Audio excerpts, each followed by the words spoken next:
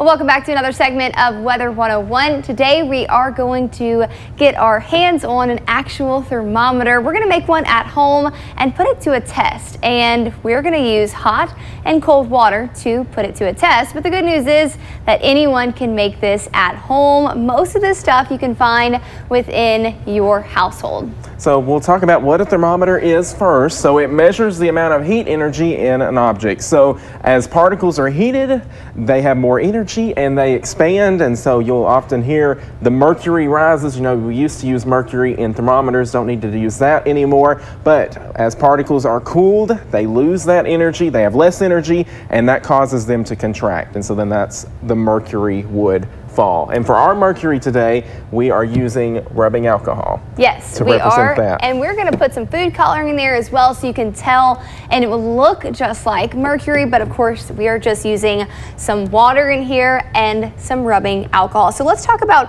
what you need to actually make this thermometer. So let's talk about the supplies. Right, so you just need some plastic bottle or some, you could probably use a jar, just something like that.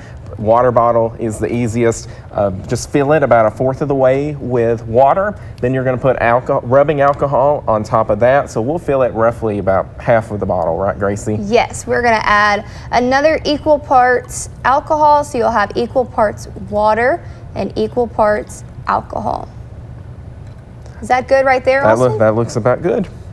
And so then to represent our mercury, we've got some food coloring here, so Gracie's going to put that in there as well. All right. You said about 10 drops? About 10 drops. Just enough to turn it red. 1, 2, 3, 4. Okay. All righty. So we've also got just a normal drinking straw here. It needs to be clear so that we can see our mercury rising. So we're going to put the drinking straw in the bottle. You want to make sure though that it's not touching the bottom of the bottle. It needs to be off the bottom.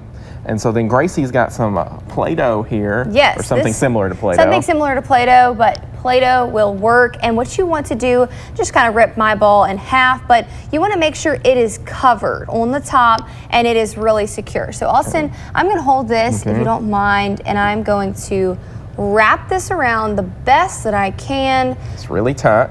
What do you think about that position of the, we might have to redo. What do you think? It's pretty good. You want the straw to be roughly in the middle so that it looks pretty good. I'm going to add a little bit more, a little trial and error here, but I'm going to add some more Play-Doh because again, you want this top to be really secure there. Okay. How does that look? That looks good. So we've got our straw and our mixture of rubbing alcohol and water, food coloring in there as well. And I'm going to mark on the bottle where this line is on the straw. So this is before we have, just to let us know where that straw is and where that watermark is. What we're gonna do first is see what happens to that mercury when we put it in the hot water. So we just microwave some water in a bowl here just to get it warm. And then Gracie's gonna put that in there. We'll watch, give it just a few seconds here, just so that we can watch as the mercury rises. And it may take just a minute, but if you're patient, you will start to see that mercury or the food coloring start to rise. Okay, so now we can see that our mercury is rising as the warm water is warming up our thermometer here. See, those particles are moving just a little faster, and that's causing that mercury to rise. That's a really cool visual, Austin, of what's happening. Of course, we don't use these types of thermometers anymore, but this is actually what is happening when, like you said, those particles are moving a little bit quicker. There's more kinetic energy in there, and we can see even the mercury rising, that alcohol and the water mixture and also that food coloring is helping. So I'm going to take it out so we can get a better visual of what's happening, but as you can see, that is what it looks like. And so now we'll put it in the cold water, and it's just going to completely sink towards the bottom.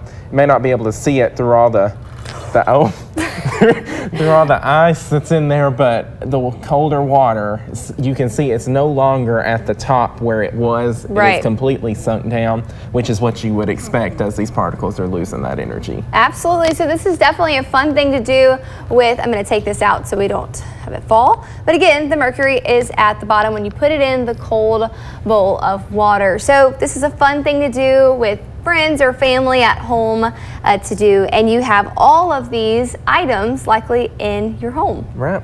So we appreciate y'all watching Weather 101. We'll have more experiments and more discussions as we continue moving throughout the rest of the year. But until next time, if y'all have any questions, you can email us at wjtvweather@nexstar.tv, and we appreciate y'all watching.